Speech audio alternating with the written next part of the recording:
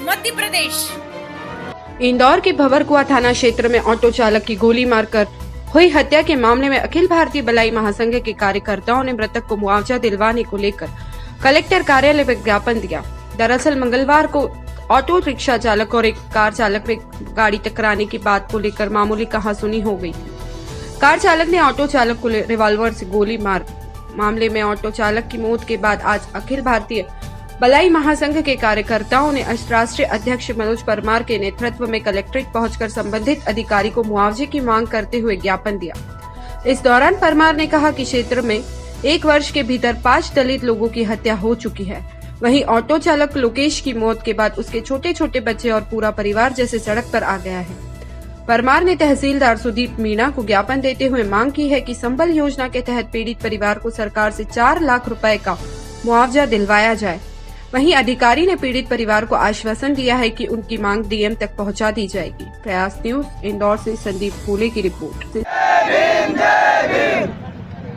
और हम हमारा हक मांगते नहीं, किसी से भीख मांगते। हम हमारा हक मांगते नहीं, किसी से भीख मांगते। दलित जय जय जय जय जय भीम, जय भीम, जय भीम, जय जय जय जय भीम, जय भीम, जय भीम। यार इधर क्या आ जाओ यार, भाई ट्राई मत कर, ज्यादा मूल्य है।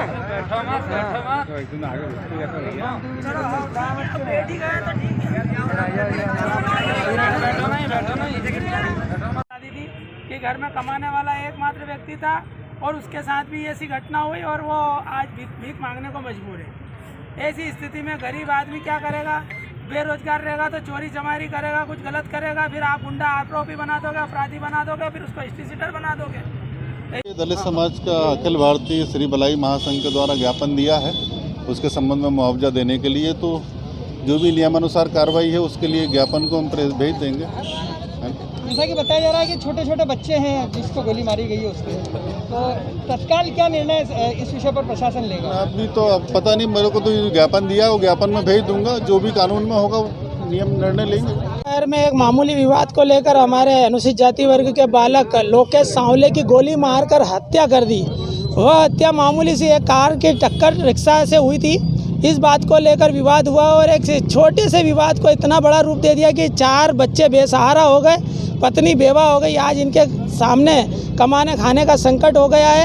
इनके जीवन यापन हेतु संबल योजना से 4 लाख की मुआवजा राशि प्रदान की जाए। इस हेतु माननीय कलेक्टर महोदय के समक्ष अखिल भारतीय भलाई महासंघ के तत्वाधान में समस्त दलित समाज यहाँ पर आया था। साथ ही 1 वर्ष के अंदर मालवा, ये जो भावना नगर है, 1 वर्ष के अंदर यह 5वां मर्डर है जिसमें से 4 दलितों की हत्याएँ हुई है।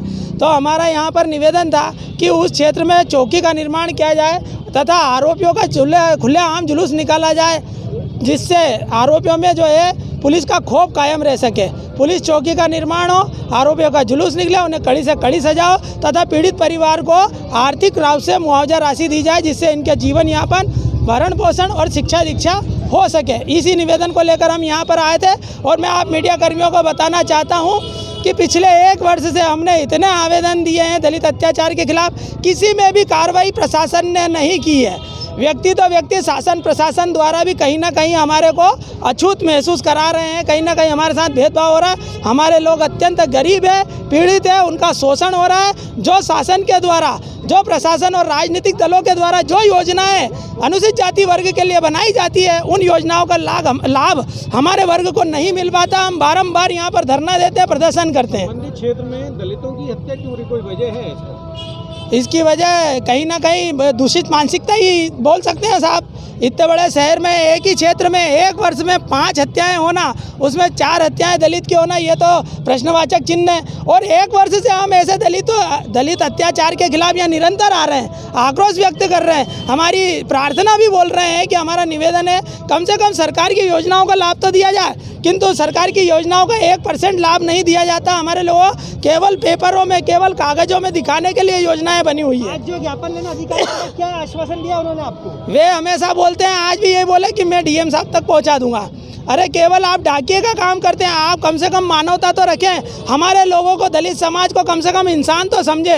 अरे हम कोई जानवर थोड़ी है, हमारा वर्ग जानवर थोड़ी है यार। जो योजना हमारे लिए बनी है कम से कम उसका लाभ तो दो। जो शासन प्रशासन ने संबल योजना के तहत जो योजना योजनाएं बनाई हैं, जो आर्थिक लाभ की योजनाएं बनाई हैं, उनको मिला जाए ताकि उनका जीवन यापन हो सके, शिक्षा दीक्षा हो सके। अगर बच्चे भूखे मरेंगे तो क्या करेंगे? या तो भीख मांगेंगे या अपराध करेंगे। फिर भविष्य में तुम अनुसूचित जाति वर्ग पे आरोप लगाओगे कि इस वर्ग के लोग अपराधी होते हैं।